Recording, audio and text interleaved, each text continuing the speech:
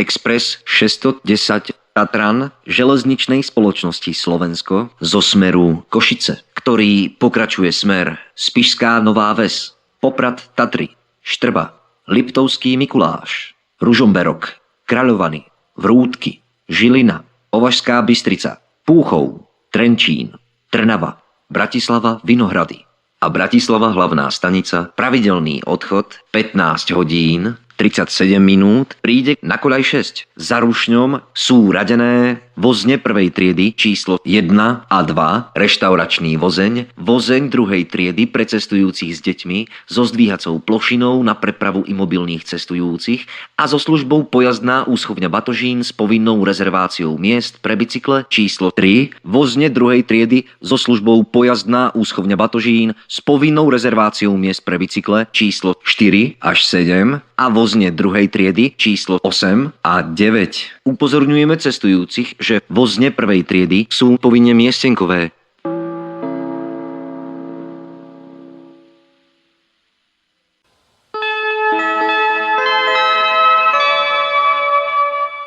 Express 610 Tatran železničnej spoločnosti Slovensko, smer Spišská Nová Ves, Poprad Tatry, Štrba, Liptovský Mikuláš, Ružomberok, Kráľovany, Vrútky, Žilina, Považská Bystrica, Púchov, Trenčín, Trnava, Bratislava Vinohrady a Bratislava hlavná stanica, pravidelný odchod 15 hodín 37 minút, stojí na koľaji 6, pripravený na odchod.